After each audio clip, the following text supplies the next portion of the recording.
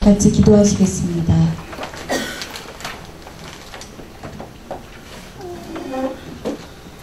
처음과 나중까지 언제나 변함없이 동일한 사랑을 베풀어 주시는 하나님 참으로 감사드립니다.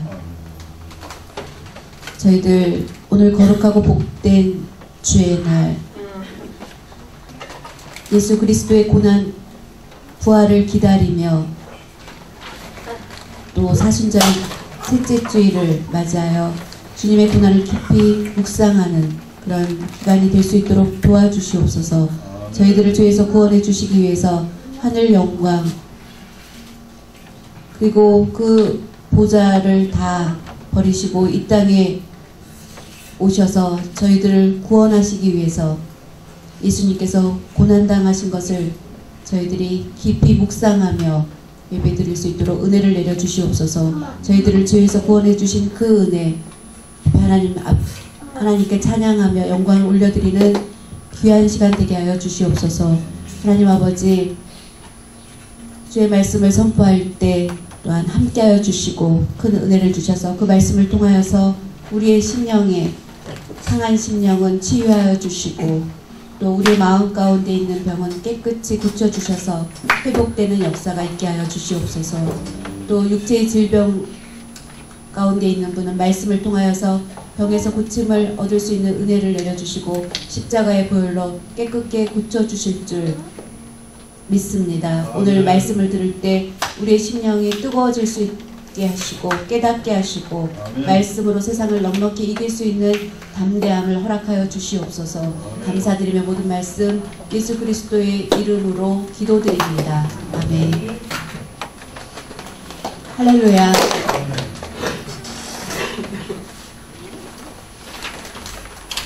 오늘 말씀을 들을 때 잠시도 한눈을 팔면 안 됩니다. 특별히 우리 농아인들은 이렇게 말씀을 들을 때 가끔 이렇게 졸을 때가 있습니다. 잠에 빠질 때가 있습니다. 그것은 참으로 안타까운 일입니다. 왜냐하면 일반 청인들은 듣기 때문에 괜찮지만 농인들은 눈을 감으면 앞이 그냥 까매지는 것입니다. 설교 내용을 전혀 볼 수가 없는 것입니다. 그래서 여러분들이 눈을 크게 뜨고 방법은 꼬집든지 여러분이 허벅지를 꼬집어서라도 말씀을 집중해서 보아야 합니다.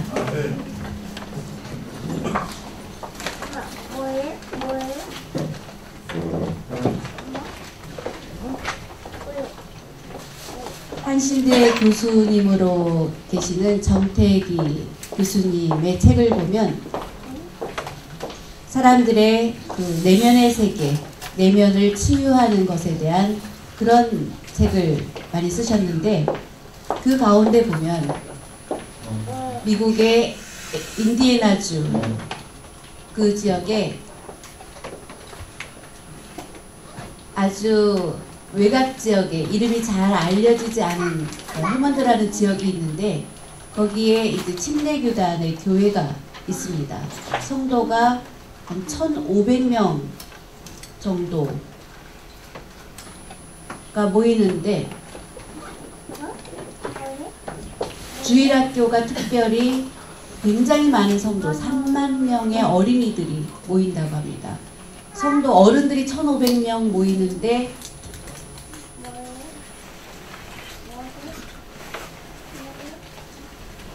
어린이 숫자가 480, 어른이 1,500명인데 그 중에 어린이가 480명이라고 합니다. 그런데 어떻게 그렇게 원래 처음에 480명이었는데 38,000명 정도로 부흥이 됐다고 합니다. 어떻게 그렇게 될 수 있었는지 알아보니까 38,700명 어린이가 부흥될 수 있었던 것은 그 제니라는 이름의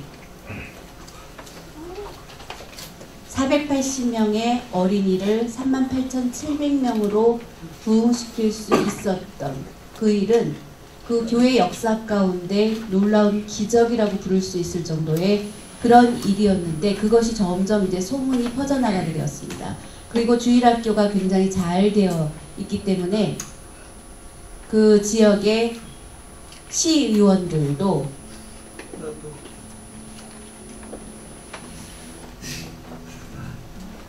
모두 다 같이 의논을 해서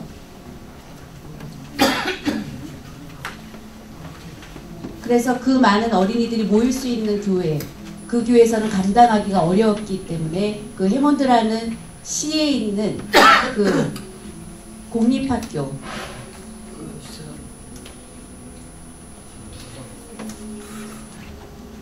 그곳에 문을 개방해서 그곳에서 가르칠 수 있도록 그렇게 했다고 합니다. 그런데 그 일을 앞서서 했던 제니라는 그 교사는 뭐 정말 지식이 많고 또 예쁘고 막 이런 교사가 아니었고, 보니까 키도 굉장히 작았고 그리고 얼굴도 아주 못생겼고 굉장히 뚱뚱한 그런 선생님이었다고 합니다.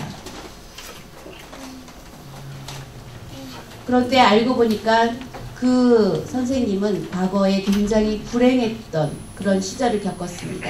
키도 너무 작고 얼굴도 못생기고 뚱뚱하고 그래서 친구들로부터 조롱을 많이 받았고 그리고 왕따를 많이 경험했던, 그래서 많이 무시당하고 했던 그런 학창시절을 지냈습니다. 그래서 고등학교 시절에는 그 학생들로부터 무시당하고 왕따당하고 그래서 이제 자살까지도 생각했던 적이 3번이나, 그리고 시도를 했던 적도 3번이나 있었던 그런 사람이었습니다.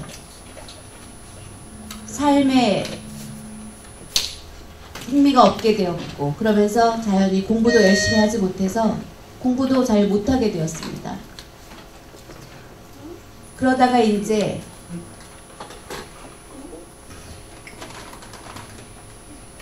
그 요리하는, 그리고 꽃을 꽂는 뭐 이런 대학이 있었는데 그런 특성화된 대학, 공부를 못하기 때문에 일반 대학에 갈 수가 없었습니다. 그래서 그런 취미 위주로, 그렇게 기술 위주로 가르쳐주는 그런 곳에 이제 입학을 하게 되었습니다. 그런데 가서 보니까 역시 공부에 집중할 수가 없었습니다.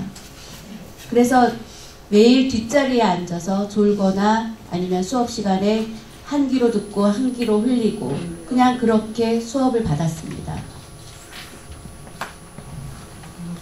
아무런 희망이 없는 그런 삶을, 그런 시간들을 지내게 되었습니다. 그러다가 이제 내비게이터 선교단의 한 분을 통해서 이제 전도를 받게 되었습니다. 그러면서 그 마음이 바뀌기 시작했습니다. 예수님을 믿게 되었고 구원함을 얻게 되었습니다. 그리고 그에게 놀라운 변화가 일어나기 시작했습니다.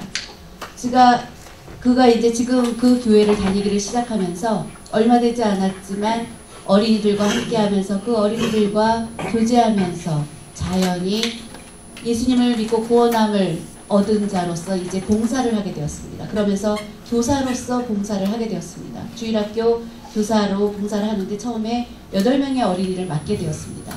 8명의 어린이를 맡았을 때 본인은 자신을 보니까 키도 작고 못생기고 정말 뚱뚱하고 어떻게 그런 나를 아이들이 잘 따라줄 수 있을까, 그렇게 생각을 했었습니다. 그런데 참으로 신기한 것은 어린아이들 눈에는 그것이 중요하지 않았습니다. 정말로 개가 주인을 따르듯이 이 아이들은 선생님을 따랐습니다.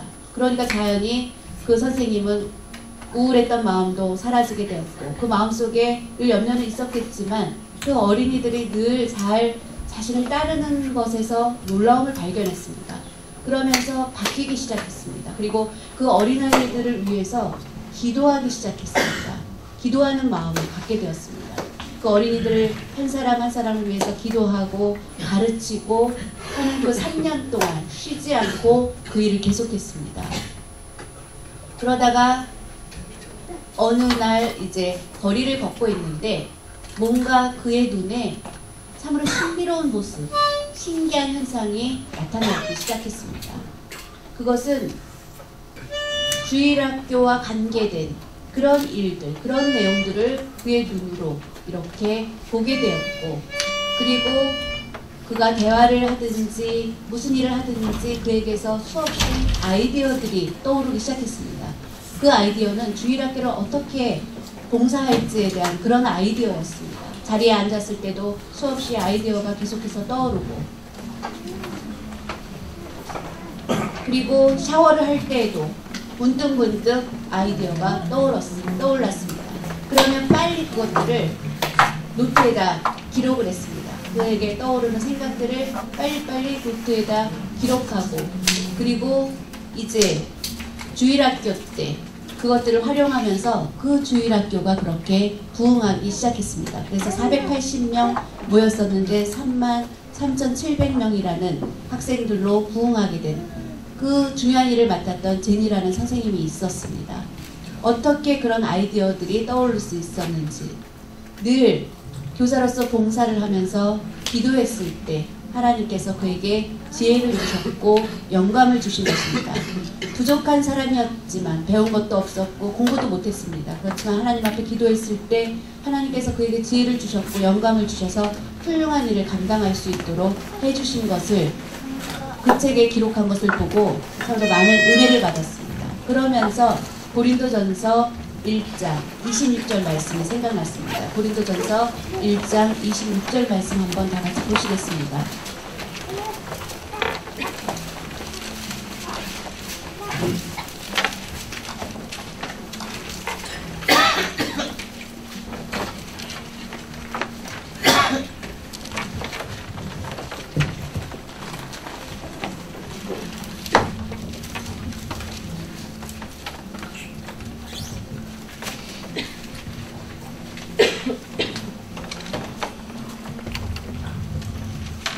형제들아, 너희를 부르심을 보라.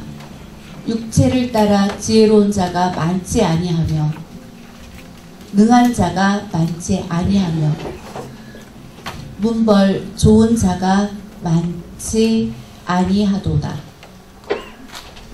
이 말씀을 보면 지혜 있는 자가 많지 않다고 했습니다. 훌륭한 사람이 많지 않다고 했습니다. 이렇게 우리들의 사람들의 부족한 모습, 그리고 27절, 28절을 계속해서 보면, 그러나 하나님께서 세상에 미련한 것들을 택하사 지혜 있는 자들을 부끄럽게 하려 하시고, 세상에 약한 것들을 택하사 강한 것들을 부끄럽게 하려 하시며, 28절입니다. 하나님께서 세상에 천한 것들과 멸시받는 것들과 없는 것들을 택하사 있는 것들을 폐하려 하시나니. 하나님의 섭리, 하나님의 계획은 참으로 놀라운 것입니다. 사람들이 보는 눈과 하나님이 보는 눈은 다르다는 것입니다. 조금 전에 말씀해드린 제니라는 그 여교사는 키도 작고 그의 외모도 너무나 못생기고 또 아주 뚱뚱하고 누구도 호감을 느끼지 않는 그런 사람이었습니다. 그래서 아이들로부터 왕따를 당했습니다. 그것 때문에 많이 힘들고 어려웠습니다. 그래서 자살까지도 생각했고 시도했던 적도 3번이나 있었지만, 하나님께서는 그 내비게이토라는 선교단체를 통해서 그가 예수님을 믿을 수 있도록 해주셨고, 예수님을 믿는 것으로 인해서 소망을 갖게 되었습니다. 예수님을 믿는 것으로 인해서 희망이 있게 된 것입니다. 예수님을 만나지 않으면 그런 희망을 가질 수 없었을 것입니다. 여러분, 예수님을 꼭 만나시기 바랍니다. 예수님을 만나지 않고서는 절대로 희망을 기대할 수 없습니다. 왜 그렇습니까? 예수님께서 하신 말씀은, 나는 포도나무여 너희는 가지니, 가지된 너희가 포도나무인 예수님께 붙어있지 않으면 그 가지가 떨어지면 어떻게 된다고 했습니까? 나무에 붙어있지 않기 때문에 햇빛에 말라서 죽게 되는 것입니다. 그 가지가 떨어져서 마르게 되면 그 가지는 열매를 맺을 수 없는 것입니다. 예수님께서는 가지된 너희가 나에게 붙어 있을 때 그 가지는 푸르게 되고 잎이 나게 되고, 그리고 어떻게 됩니까? 포도 열매를 맺을 수 있게 되는 것입니다. 그렇게 말씀해주고 있습니다. 많은 열매를 맺을 수 있게 되는 것입니다. 바로 예수님께 붙여 있을 때 좋은 일이 생길 수 있다는 것입니다. 많은 축복의 열매를 맺을 수 있게 된다고 말씀해주고 있습니다. 이 말씀을 우리는 꼭 생각해야 됩니다. 예수님께서는 훌륭한 사람만 선택하시지 않습니다. 돈이 많은 사람만 선택하시지 않습니다. 능력이 있는 사람만 선택하시지 않습니다. 말씀을 보면 분명히 훌륭한 것처럼 보이지만 지혜가 없을 때는 필요 없다는 것입니다. 많은 재물을 가지고 있어도 지혜가 없으면 멸망하게 되는 것입니다. 바로 예수님 한 분을 만났을 때 그런 많은 축복을 받게 되는 것입니다. 예수님 때문에 축복받는 삶을 살 수 있게 되는 것입니다. 얼마나 이것이 감사한 일인지 모릅니다. 말씀을 보면 하나님께서는 부족한 자를 택하셔서 라는 말씀이 나오는데 훌륭한 사람을 택하시는 것이 아니라 부족한 자를 고린도전서 1장 27절 27절에 8절에 말씀해 주고 있는 것처럼 연약한 자를 택하셔서 강한 자를 부끄럽게 만드신다고 했습니다. 어리석은 자를 택하셔서 지혜 있는 것 같은 자를 부끄럽게 하신다고 말씀해 주고 있습니다. 사랑하는 여러분, 저는 부족합니다. 훌륭한 것이 없습니다.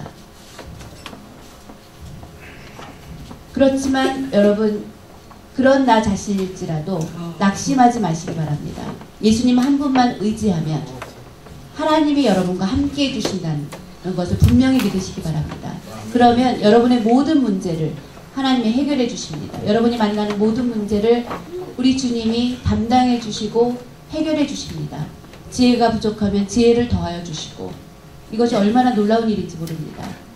지혜를 우리가 우습게 보면 안 됩니다. 지혜는 너무나 중요한 것입니다. 지혜가 있으면 모든 삶을 보는 눈 분명히 구분할 수 있습니다. 분별할 수 있습니다. 그래서 승리할 수 있게 되는 것입니다. 어려움 없이 넉넉히 이길 수 있게 됩니다.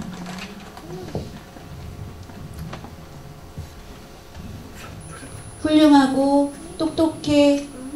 똑똑한 사람은 대부분 내가 똑똑한 것을 믿습니다. 하나님을 찾지 않습니다. 나의 능력이 있기 때문에 하나님을 찾지 않고 하나님의 영광을 생각하지 않지만, 부족한 사람은 나를 택하여 주신 것, 그 하나님을 의지하게 되고 그 하나님께 영광을 올려드리게 되고 하나님을 찬양드리게 됩니다.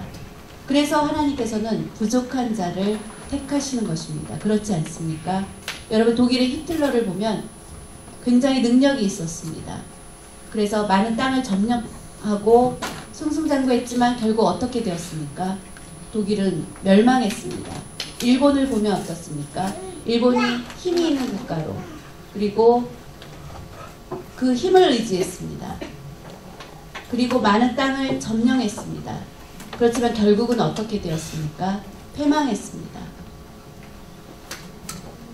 전쟁에서 많은 승리를 거두었지만 결국은 패망했습니다.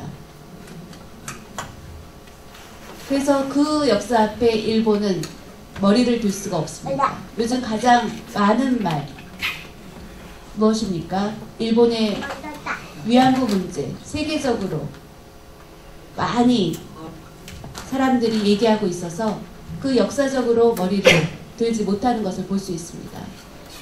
그리고 이제 미국과 일본과 우리나라가 이제 정상회담을 할 수 있게 되었고, 이런 소식들을 여러분이 들었을 것입니다. 하나님을 경외하는 민족, 하나님이 함께 하십니다. 우리나라는 기도하는 많은 사람들이 있기 때문에 하나님께서 우리나라와 함께 하신다는 것을 꼭 믿으시기 바랍니다.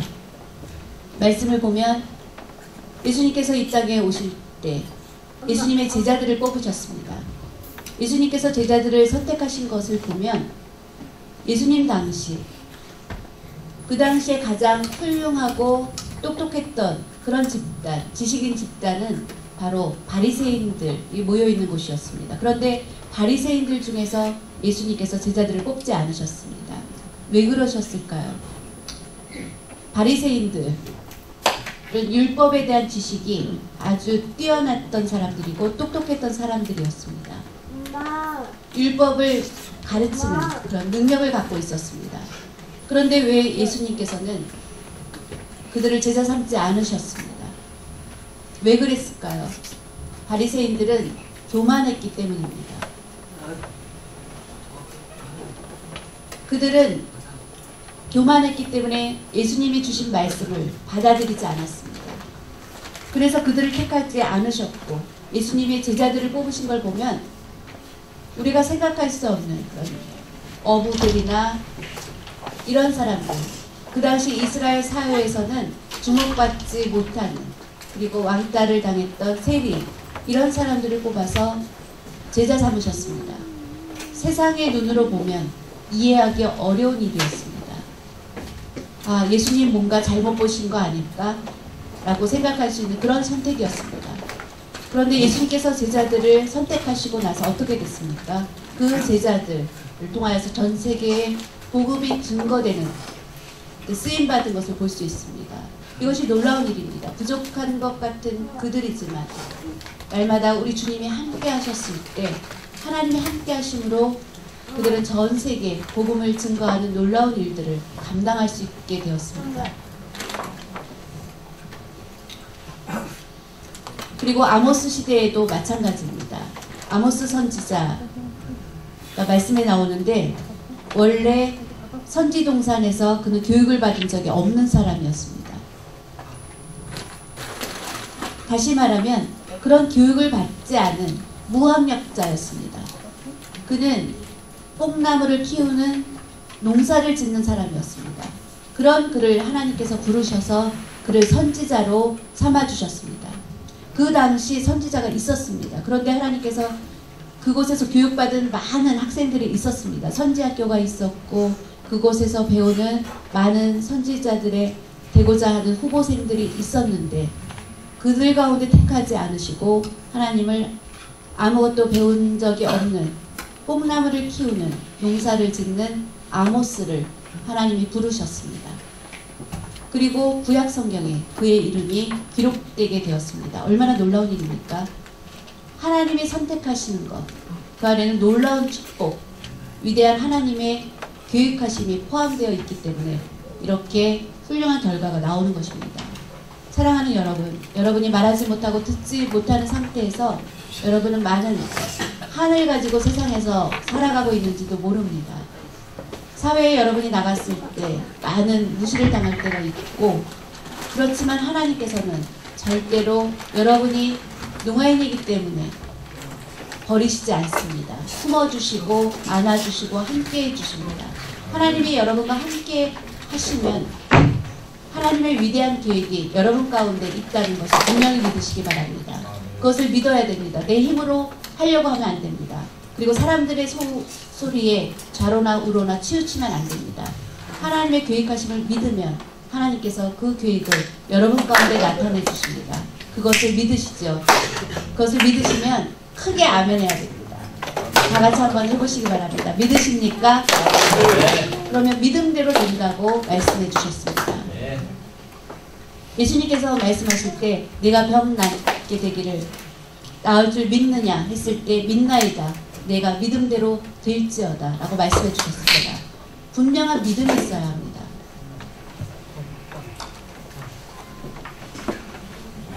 아무리 연약한 한 사람일지라도 하나님의 손에 붙잡히기만 하면 하나님은 하실 수 있다는 것을 분명히 믿어야 합니다.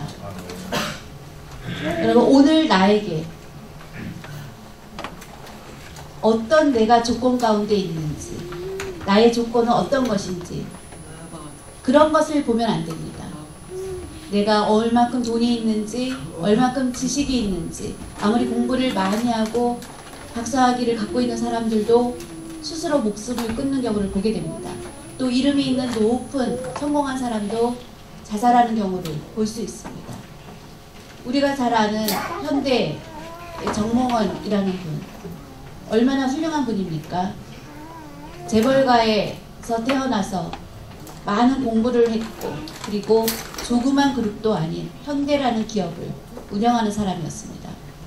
그런 분이 스스로 목숨을 끊었습니다. 삼성그룹의 딸도 25살, 2,500억의 개인 재산이 있었고 공부도 굉장히 잘했습니다. 그런데 왜 자살을 했습니까? 하나님이 없으면 그 안에 지혜가 없습니다. 그러니까 문제를 해결하지 못하는 것입니다. 그래서 결국은 비참한 선택을 하게 되는 것입니다. 우리나라 최고의 자리에 있었던 노무현 전 대통령도 우리나라의 최고의 자리에 있었습니다. 그런데 스스로 목숨을 끊었습니다. 왜 그렇습니까? 하나님을 섬기는 믿음이 없기 때문에 하나님 주시는 지혜가 없습니다. 그러면 어려운 일을 만났을 때 그것을 해결하지 못하니까 결국은 그런 방법을 선택하게 되는 것, 얼마나 비참한 일입니까?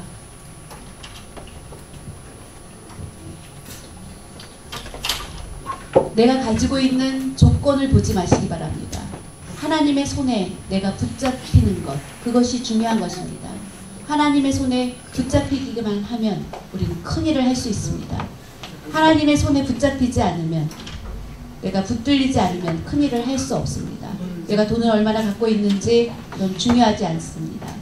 내가 하나님의 손에 붙잡혀 있는지, 이것이 중요한 것입니다. 지금 여러분, 내가 하나님의 손에 붙잡혀 있나? 아니면 세상에 내가 붙들려 있는 건 아닌지 나를 점검해 보아야 합니다. 혹시 내가 지식을 추구하는 그런 가운데 있다면 지식에 내가 붙잡혀 있는 건 아닌지 생각해 보아야 합니다. 하나님의 손에 내가 붙들려 있는지 나 스스로를 믿고 답하시는 여러분이 되시기 바랍니다. 오늘 본문 말씀을 보면 다윗에 대해서 소개해주고 있습니다. 다윗은 그렇게 똑똑한 사람이 아니었습니다. 배운 것이 많은 사람이 아니었습니다. 선지학교를 다녔던 적도 없었습니다. 그가 하는 일은 목동이었습니다. 아침부터 해가 뜰 때부터 나아가서 하루 종일 양을 치는 그런 일을 했습니다. 그가 아는 것은 오직 양을 치는 것, 그 외에는 아는 것이 없었던 사람입니다. 그렇죠. 아는 것이 없었던 다윗이었습니다. 그런데 참으로 신기한 것은 다윗은 야곱과 같은 그런 축복을 받았습니다. 그리고 성경에 굉장히 많이 나오는 축복받은 사람이었습니다. 어떻게 그렇게 될 수 있었습니까? 날마다 다윗은 하나님을 의지하고 하나님께 붙잡혀서 살았습니다. 그런 다윗을 하나님께서 마음에 들어 하셨습니다. 다윗을 보고 하나님의 마음에 합한 자라고 말씀하셨습니다. 그것이 놀라운 일인 것입니다. 하나님의 손을 의지했습니다. 양을 치는 동안, 목동으로 사는 동안 많은 어려운 일을 만났습니다. 곰이 왔고 사자가 왔고 늑대가 오고 사람의 힘으로 물리칠 수 있습니까? 불가능한 일이었습니다. 여러분, 사자하고 싸울 수 있습니까? 사자는 어마어마한 힘을 갖고 있습니다. 곰이 왔을 때 대적하지 못합니다. 우리는. 사람은 곰이 오면 한순간에 벌써 두려워서 넘어지게 되는 것입니다. 그런데 다윗은 하나님을 의지하는 믿음이 있었기 때문에 그에게 용기가 있었습니다. 하나님의 함께 하심으로 어떤 어려운 상황에서도 두려워하지 않았고 담대하게 무서운 짐승들, 곰이나 사자나 늑대가 와도 물리칠 수 있었습니다. 물리쳤을 뿐만 아니라 하나님을 늘 의지하는 그 모습, 그래서 하나님께서 그를 지켜주셨습니다. 사울왕은 하나님을 의지하지 않음으로 인해서, 하나님을 붙잡지 않음으로 인해서, 마음대로 행함으로 인해서, 하나님의 뜻을 따르지 않음으로 인해서 하나님으로부터 사울은 버림받았습니다. 그래서 그 다음 왕으로 바로 다윗이 왕위에 오른 것입니다. 굉장히 힘있고 조직이 되어 있는, 이제 사울왕이 세상을 떠나면 그 다음에 그 뒤를 이어받을 왕자가 있는 그런 강한 조직이 되어 있는 국가였습니다. 그런데 하나님께서는 그렇게 하시지 않았습니다. 아무것도 아니었던 목동 다윗을 이스라엘의 2대 왕이 될 자로 택하셨습니다. 그리고 사무엘 선지자를 명하셔서 이새의 집에 가서 그 집에 있는 아들 중에 한 자가 왕이 될 자다, 그에게 기름 부음을 하라고 명하셨습니다. 사무엘 선지자는 하나님의 그 말씀에 순종해서, 그는 생각하지 못한 일이었습니다. 그렇지만 하나님의 명하신 대로 사무엘 선지자는 이새의 집에 가서 우리 집에 있는 아이 중에 한 자가 이제 왕으로 기름 부을 받을 자라는 것을 이새도 생각하지 못했습니다. 더군다나 그가 다윗이라는 것은 목동으로 살아온 그가 이제 기름 부음을 받은 것입니다. 생각할 수도 없는 일이었습니다. 사무엘 선지자는 하나님의 명령을 그에게 그대로 전하고, 그리고 이새는 어떻게 했습니까? 얼마나 영광스럽게 생각하고 기뻐하면서 장자부터 불렀습니다. 장자를 불러서 키도 크고 얼굴도 잘생기고 힘있는 그를 데리고 왔습니다. 사무엘이 봤을 때 정말 외모가 준수했습니다. 그렇지만 하나님께서는 뭐라고 하셨습니까? 그가 아니라고 하셨습니다. 그리고 그 다음 해서 8번째 바로 다윗, 아직 어렸습니다. 그를 불렀습니다. 그가 왔을 때 사무엘 선지자는 기대에 어긋났습니다. 그렇지만 하나님께서는 그가 바로 왕으로 기름 부음을 받을 자라고 했습니다. 사무엘 선지자는 하나님의 말씀에 순종해서 그에게 기름 부음을 했습니다. 이새 다윗의 아버지도 그것을 의아해했습니다. 생각하지 못한 일이 일어난 것입니다. 그렇지만 그 이후에 어떻게 됐습니까? 바로 다윗은 놀라운 지혜가 갑절로 더하여졌고 그 형들보다 더 훌륭하고 총명하게 되었습니다. 골리앗 장군과 만나서 싸울 때 그를 대적할 자가 아무도 없었습니다. 이스라엘의 모든 군사들이 그 키 앞에, 그 위험 앞에 감히 대적을 못하고 두려워 떨었습니다. 그런데 아직 나이가 어린 다윗은 그를 보고 화를 내며 담대하게 그와 싸워서 이겼습니다. 모두 깜짝 놀랐습니다. 어떻게 그 일이 가능했습니까? 하나님이 함께 하심으로 그를 두려워하지 않고 담대함으로 그를 죽일 수 있었습니다. 그 일을 계기로 이스라엘은 큰 승리를 얻게 되었습니다. 이스라엘 민족은 모두 기뻐했습니다. 크게 승리하게 되니까 모두 기뻐하며 환호하며 다윗이 최고다, 다윗이 최고다 그랬습니다. 그 소문이 점점 퍼져나가면서 다윗을 이제 귀하게 여기는 사람이 된 것입니다. 그리고 사울 왕도 그를 불러서 같이 있었을 때 여러 가지 행정이나 그 모든 것이 다윗의 뛰어난 그 지혜로 잘 되는 것을 보고 이제 군대장을 그에게 맡겼습니다. 바로 지금의 국방부 장관과 같은 그런 자리였습니다. 어떻게 이렇게 놀라운 일이 일어날 수 있습니까? 바로 하나님이 함께 하심으로 그에게 지혜가 더하여진 것을 볼 수 있습니다. 한번 말씀을 다 같이 보시겠습니다. 사무엘상 18장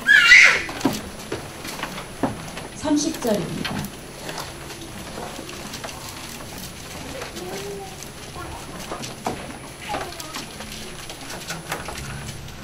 사무엘상 18장 30절입니다.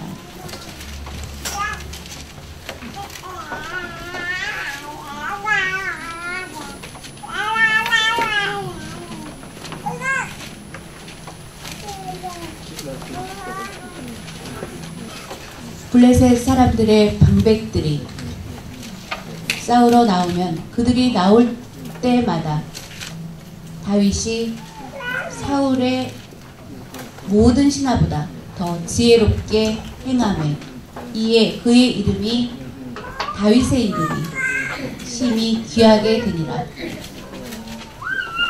블레셋이 그들을 쳐들어왔을 때도 바로 다윗의 지혜로 넉넉히 승리할 수 있게 됨으로 인해서 그의 이름이 심히 귀하게 되었다고 말씀해주고 있습니다. 사무엘상 18장 13절, 14절 한번 다 같이 보시겠습니다. 사무엘상 18장 13, 14절입니다.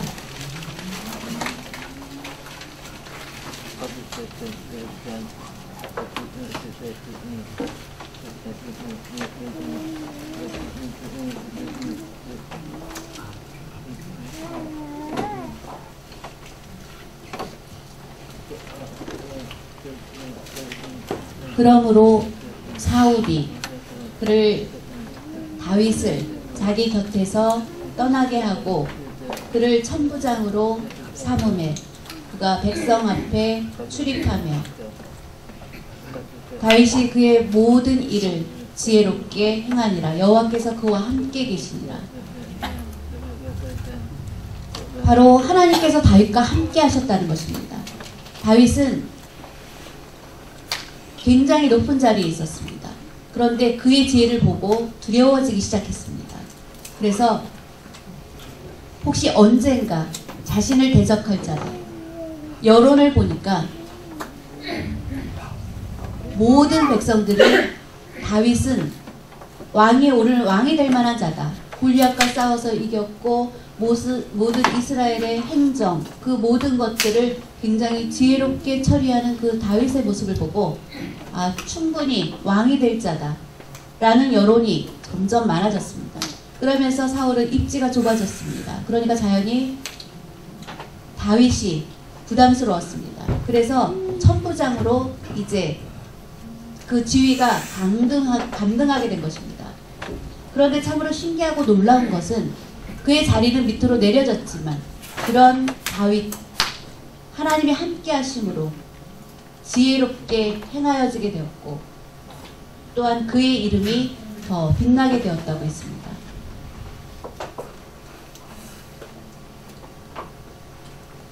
자리가 더 밑에 자리로 내려갔지만 불평하지 않았고 하나님 주시는 지혜로 그가 맡은 일을 잘 처리했습니다. 그래서 다윗이라는 이름이 점점 더 유명하게 되었습니다. 이것을 보면 다윗은 부족한 사람이었습니다. 배운 것도 없었습니다. 그렇지만 하나님이 함께함으로 인해서 그의 지혜가 더하여졌다고 했습니다. 그것을 믿으십니까?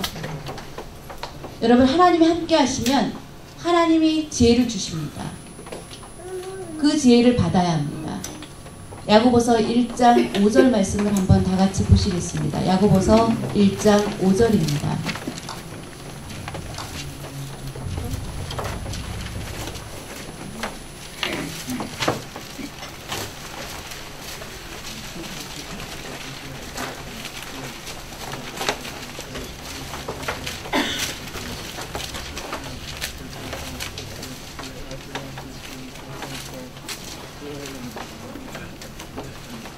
너희 중에 누구든지 지혜가 부족하거든 모든 사람에게 후히 주시고 꾸짖지 아니하시는 하나님께 구하라.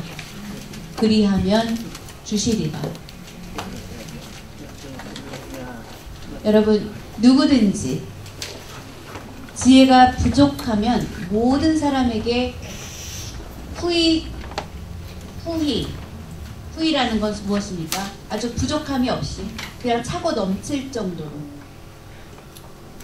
그리고 지혜가 부족하다고 꾸짖지 아니하신다고 했습니다. 구하면 흔쾌히 하나님께서 주신다는 말씀입니다. 하나님께 구하면 어떻게 된다고요? 주신다고 했습니다. 지혜의 기본, 지혜를 만드시는 분, 지혜의 근본은 바로 하나님께 있습니다. 그 하나님은 저는 지혜가 부족합니다. 저에게 지혜를 주십시오. 구하면 싫다 하지 않으시고 지혜를 주신다고 했습니다. 여러분, 장사를 하는 분, 내 지식, 내 경험으로 하면 잘 될 수가 없습니다. 여러분, 김우중 전 대우그룹 회장 어떻습니까? 잘 됐었습니다. 성공했었습니다. 그런데 지금은 어떻게 됐습니까? 아무것도 아닌 것입니다. 맞죠? 굉장히 모든 사람들이 부러워할 만큼, 그래서 그에게 많은 사람들이 물었습니다. 그렇지만 지금은 아무것도 아닌 사람이 되었습니다. 내 힘으로, 내 경험으로 일하면 안 된다는 것입니다. 하나님 주시는 지혜를 받으면 그 지혜를 가지고 하는 사업이면 그 사업 가운데 놀라운 하나님의 축복으로 30배, 60배, 100배의 결실을 맺게 되는 것입니다. 그것을 믿으시기 바랍니다. 꼭 기억해야 됩니다.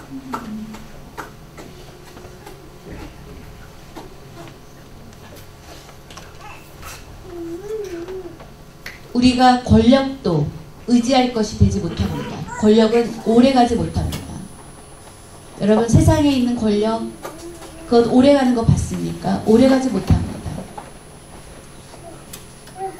미국의 역사를 보면 가장 오랫동안 대통령의 자리에서 나라를 다스렸던 사람이 누구죠? 미국의 역사에서 대통령이라는 권력을 가장 오랫동안 잡았던 사람은 바로 루즈벨트 대통령입니다.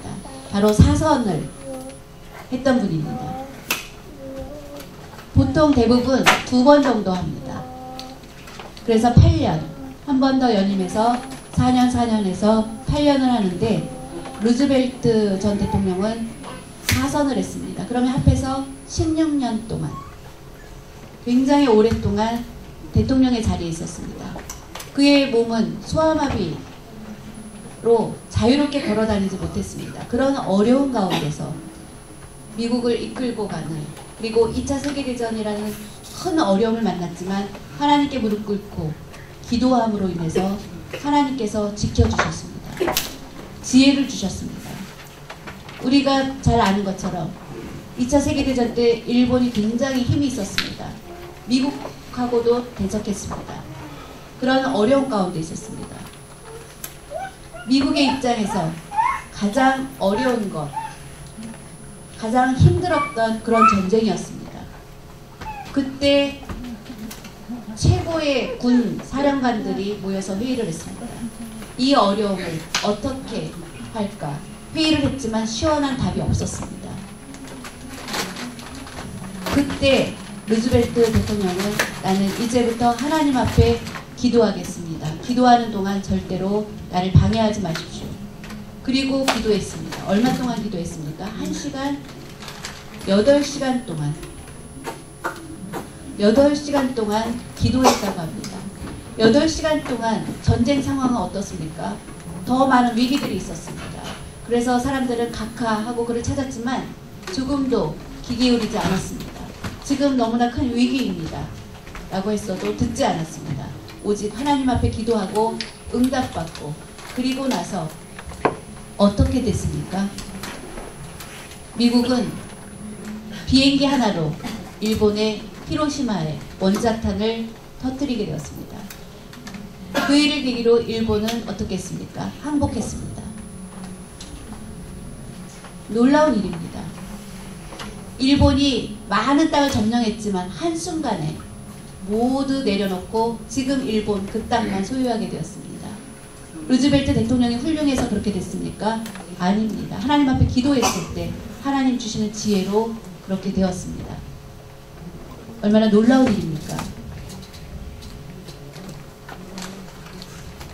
그리고 루즈벨트 대통령은 그 당시에 경제적으로도 굉장히 어려운 상황이었습니다. 세계 대공황이라는 그런 위기를 맞이했습니다. 그런데 기도하면서 그 어려운 경제 상황이 회복되었습니다. 바로 루즈벨트 대통령, 기도하는 대통령으로 승리하게 된 것입니다. 바로 기도함으로 하나님이 주시는 지혜를 얻은 것입니다. 이와 같이 기도하는 여러분이 되시기 바랍니다. 기도하면 하나님이 지혜를 주십니다. 요즘 보면 참으로 TV나 뭐 이런 데를 보면 정말로 이상한 일이 너무 많습니다. 너무 지나치게 어린 소녀들이 나와서 춤추고 너무 짧은 치마 입고 막 그렇게 하고 나와서 노래를 합니다. 영적으로 보면 너무나 맞지 않은 그런 일들 점점 늘어나고 있습니다. 그걸 보면서 열광하는 많은 것들을 보게 됩니다. 또 미국의 레이디 가가라는 가수, 우리 한국에 온다, 몇 년 전에 한국에 온다고 했을 때 많은 사람들이 반대했었습니다. 그런 세상 문화에 속으면 안 됩니다. 지혜가 없으면 그것을 분별할 수 있는 능력이 없게 됩니다. 분명하게 하나님 주시는 지혜가 있을 때 영적으로 세상을 보는 눈이 밝아지게 되는 것입니다. 여러분이 한 달 열심히 일해서 월급을 받고 지혜가 있는 사람은 잘 관리하지만 지혜가 없는 사람은 그것을 관리하지 못합니다. 하나님 주시는 지혜를 가지고 살아가면 결국은 성공하게 되는 것입니다. 이것을 꼭 기억해야 됩니다. 요즘 점점 사회가 성적으로 문란해져 가고 있습니다. 그래서 결혼을 했는데도 또 다른 바람을 피우고 불륜하는 그런 일들 점점 늘어가고 있습니다. 그런데 사람들이 그 사회의 그런 것들을 점점 배워가고 있습니다. 이것은 사탄이 하는 일입니다.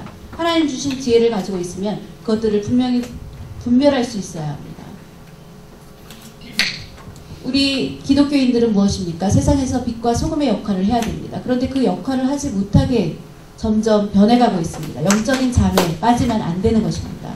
그러면 어떻게 하면 이런 문제를 해결할 수 있습니까? 하나님의 지혜를 구하는 우리 모두가 되시기 바랍니다.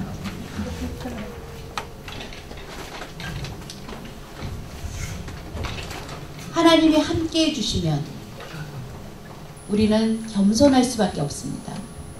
하나님이 나와 함께 하시면 우리는 겸손하게 됩니다. 교만함이 아직도 있다면 아직 하나님께 붙잡힌 것이 아닙니다. 하나님께 붙들려 있으면, 붙잡혀 있으면 우리는 겸손하게 될 수밖에 없습니다. 하나님께 붙어 있으면, 그랬던 다윗은 자신의 자리를 늘 잘 알고 있었습니다. 나는 부족한 사람입니다. 여러분 보십시오. 다윗이 전쟁에서 승리했습니다. 그래서 너무 기뻐서 사울이 자신의 딸을 그에게 주었습니다. 사위 삼으려고 했습니다. 그때 보통 그 당시에 왕이 다스리는 그런 세상에서 공주는 일반 사람들이 생각하기에는 감히 생각도 못하는 그런 배우자감입니다. 그런데 전쟁에서 승리하고 왔을 때 그의 딸을 준다고 했을 때 감당할 수 없다고 했습니다. 사무엘상 18장 23절을 한번 다 같이 보시겠습니다. 사무엘상 18장 23절입니다.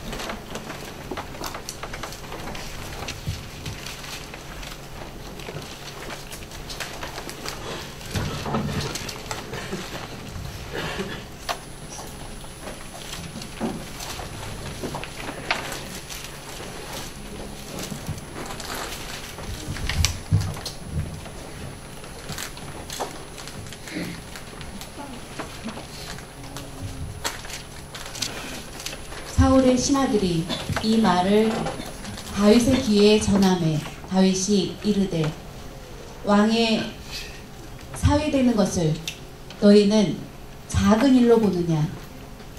나는 가난하고 천한 사람이라 한지라. 다윗은 목동이었습니다. 목동은 그 당시 어땠습니까? 예, 맞습니다. 가난하고 천한 사람입니다. 이렇게 가난하고 사회적으로 천한 사람, 자신의 자리를 분명히 알고 있었던 사람입니다. 하나님을 의지하는 사람은 이렇게 겸손한 것을 볼 수 있습니다. 교만하다는 것, 그것은 하나님을 의지하지 않는 사람이라는 뜻입니다. 여러분, 하나님을 의지하면 자연히 겸손해질 수밖에 없습니다. 다윗은 18절, 23절 위에 18절 말씀을 보면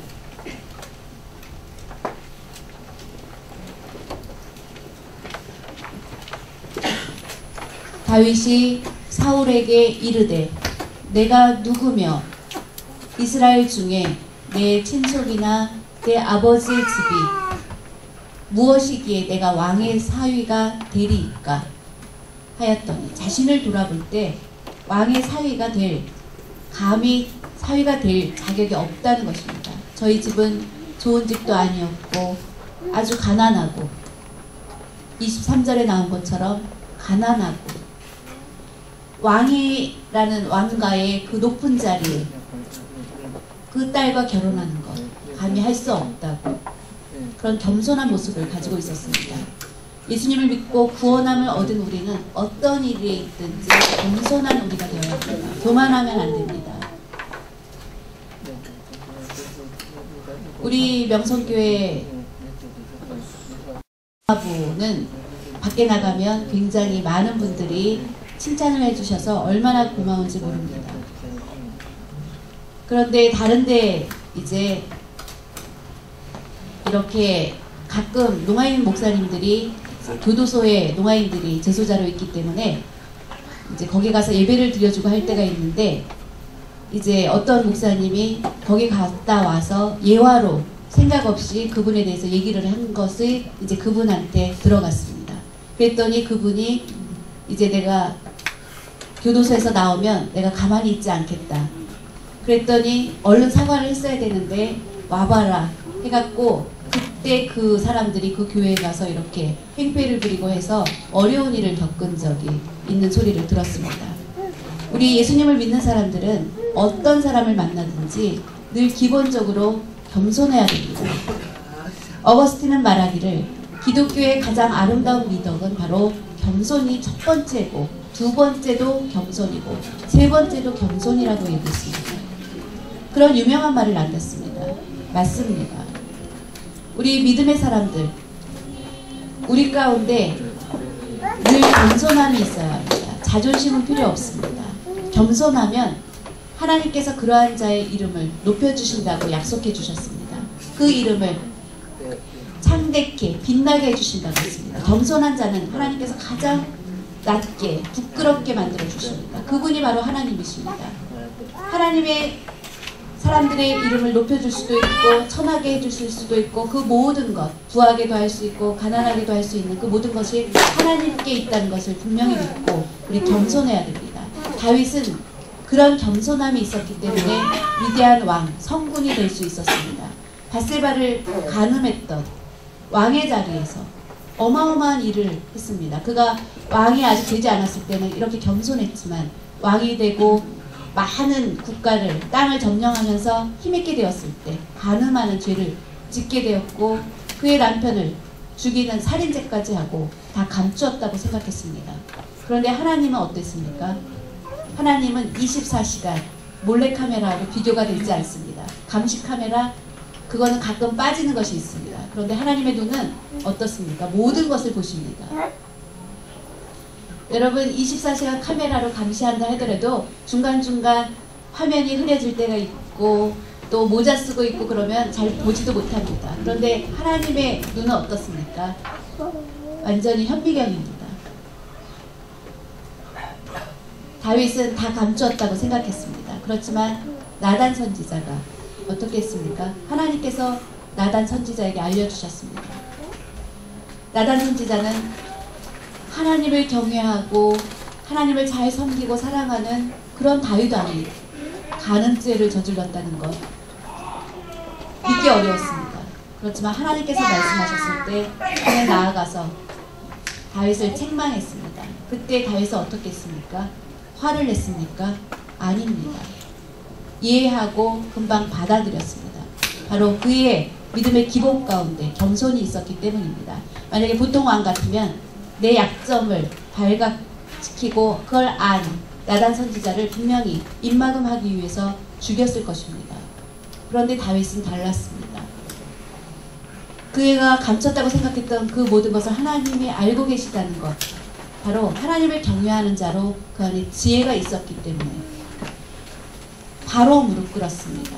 나의 잘못, 그 모든 것을 그의 성의를 다 벗고 베옷을 입고 무릎을 꿇고 죄를 몸에 뿌리면서 일주일 동안 금식하면서 회개했습니다. 하나님께서 그를 긍휼히 여겨주시고 그리고 그가 그렇게 해서 범한 아이는 이제 죽게 되었습니다. 그는 간절히 하나님 앞에 기도하고 죄로 인해서 바로 무서운 결과는 있었던 것입니다. 다윗은 하나님의 뜻대로 바로 회개하고 순종하는 겸손이 있었습니다. 그래서 그의 이름이 빛나게 되었습니다. 그래서 이스라엘 국기를 보면 별이 있습니다. 그 별은 다윗의 별이다 라고 그들은 이야기합니다. 그의 이름이 전 세계에 휘날리는 그 이스라엘 국기에 다윗의 별이 그려지게 되었습니다. 바로 겸손했기 때문입니다. 우리가 가끔 하나님이 주시는 말씀 가운데 나에게 은혜의 말씀이 있을 때가 있고 책망의 말씀이 있을 때가 있습니다. 어떤 말씀이든지 우리가 겸손하게 받을 수 있어야 합니다. 아멘 하고 제가 그때 잘못했습니다 라고 회개하면 하나님께서 기뻐하시고 축복해 주시게 됩니다. 그래서 다윗은 그런 축복을 받았습니다. 그리고 하나님께서 그러한 자의 기도를 기뻐 들어주십니다.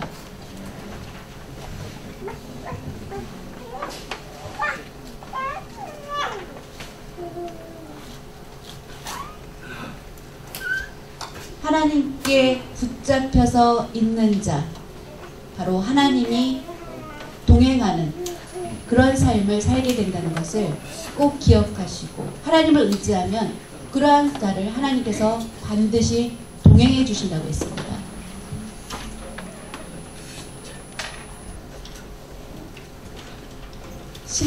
사무엘상 16장 18절 말씀을 다 같이 한번 보시겠습니다.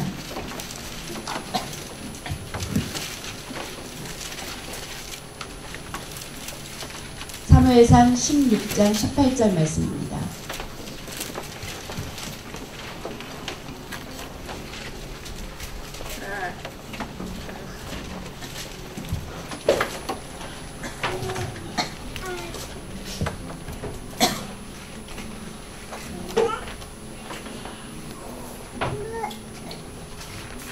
소년 중 한 사람이 대답하여 이르되, 내가 베들레헴 사람 이새의 아들을 본즉 수금을 탈 줄 알고, 또 다음에 용기와 무용과 바로 두려움 없는 그런 용기, 그리고 구변이 발표하고 이렇게 말하고 하는 그 기술이 있는 준수한 자라. 여호와께서 그와 함께 계시더이다 하더라. 하나님이 함께 하시면 어떻게 된다고요? 용기가 있게 되고, 무용과, 그거를 우리가 꼭 기억해야 됩니다. 두려움이 없게 된다는 것입니다. 두려워하지 않게 된다는 것입니다. 제가 고등학교 2학년 때 고등학교 3학년 깡패들이 학교에 있었습니다. 제가 고1 때 고2, 고3 이렇게 저희 학교에 이제 깡패들이 있었는데, 너무 심하게 맞고 똑똑했던 농아인이 바보가 됐던 적이 있었습니다. 무섭습니다. 사람을 막 머리를 때리고 이렇게 하니까. 그때 저는 어렸을 때부터 교회에 다니고 그래서 싸움을 해본 적이 없고 아주 약했습니다. 그런데 선배가 저를 불렀습니다. 저를 데리고 오라고 이제 밑에 애한테 시켰습니다. 그래서 우리 농학교 수화로 이렇게 한 줄로 딱 쓰라고 하는 거였습니다. 그래서 속으로 이제 두려움이 생겼습니다. 그러면서 하나님 저를 도와주세요. 그러면서 이제 야구방망이를 갖고 옆에다가 세워놨습니다. 이렇게 야구방망이를 세워놓고 탁탁 두들기고 있었습니다.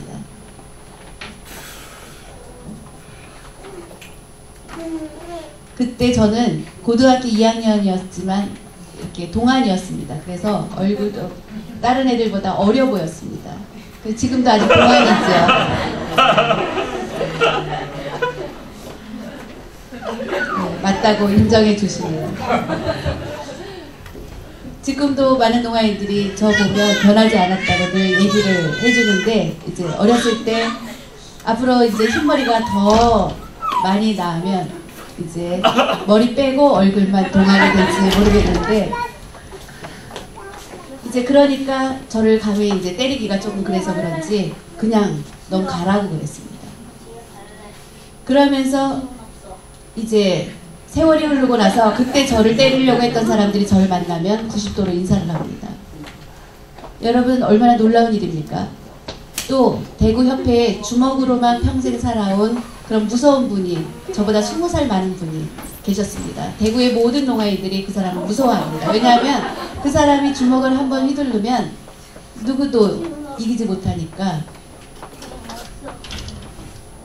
그런데 제 앞에서는 제가 막 야단을 쳐줘도 네, 가면 여기 목사님 앉으세요. 눈도 아주 무섭게 생겼습니다. 그리고 이빨도 이렇게, 외모 자체가 아주 무섭게 생긴 분입니다.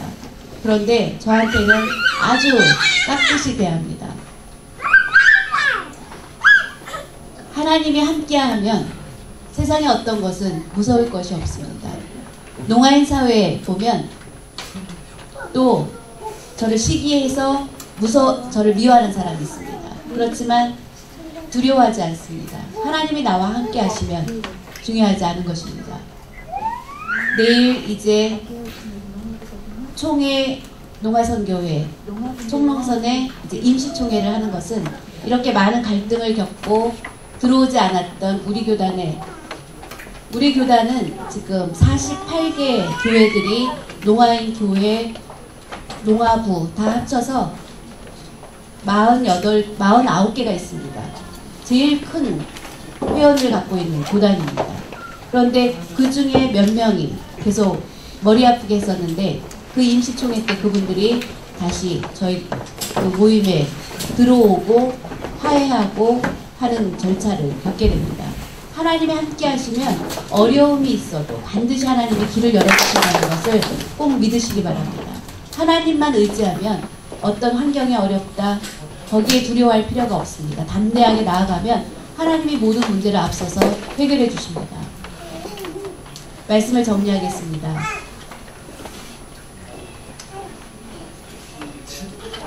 어느 날 이제 크리스마스 성탄 하루 전날 성탄 2부가 되었습니다.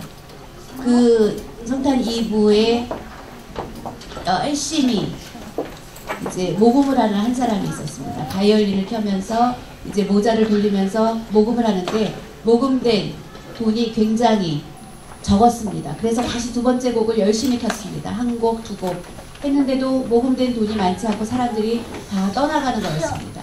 그래서 너무 낙심이 됐습니다. 아, 내가 연주 실력이 부족한가? 그러는 가운데 이제 50대 아주 마르고 굉장히 날카롭게 생긴 한 남자가 그 바이올린을 켜는 사람한테 와서 그 바이올린을 나한테 잠깐 줄 수 있겠냐고 하면서 내가 한번 켜봐도 되겠냐고 했습니다. 그래서 바이올린을 이제 주었습니다. 그랬더니 그 사람이 바이올린을 연주하는데 흩어져서 갔던 사람들이 그 좋은 바이올린 소리에 다시 되돌아서 몰려오게 되었습니다. 그분은 열심히 바이올린을 연주했습니다. 연주를 다 마치고 나서 이제 바이올린을 그 사람에게 다시 주었습니다. 많은 사람들이 감동을 해가지고 막 돈을 모자에다 넣기 시작했습니다. 그래서 돈이 가득 차게 되었습니다. 그런데 보니까 그 사람은 바이올린으로 유명한 연주자였습니다. 그래서 결국 그 사람이 누구인지 알게 되었습니다. 그래서 너무 감사합니다 하면서 이제 그분이 그곳을 떠나게 되었는데 우리들은 이렇게 삶의 자리에서 뭔가 부족합니다. 우리를 대신해서 연주를 해주시는 하나님이 있습니다. 그 하나님의 위대한 연주, 그 연주가 바로 우리들의 도움이 되는 것입니다. 그 하나님을 의지하는 여러분이 되시기 바랍니다. 하나님께 붙여만 있으면 여러분이 놀라운 축복을 경험한다는 것을 꼭 믿으시기 바랍니다. 사랑의 하나님 아버지 감사드립니다. 오늘 주시는 하나님의 말씀, 하나님의 손에 꼭 붙잡혀서 있을 때 넉넉히 세상을 이길 수 있게 해주시는 그 하나님, 그 하나님을 붙잡고 있을 때 하나님이 지혜를 더하여 주시고 그래서 하나님께 영광 올려드리는 삶이 될 수 있도록 날마다 저희들을 인도하여 주셔서 내 뜻이 아닌 하나님의 뜻대로 나아갈 수 있도록 성령님께서 저희들을 인도하여 주시옵소서. 하나님이 나와 동행하여 주신다는 것을 분명히 믿고 담대함으로 나아갈 수 있도록 도와주시옵소서. 우리 농아인들이 사회에 나갔을 때 많은 어려움을 만납니다. 두려워하지 않게 하시고 하나님 의지함으로 승리할 수 있게 도와주시옵소서. 감사드리며 모든 말씀 예수님의 이름으로 기도드립니다. 아멘.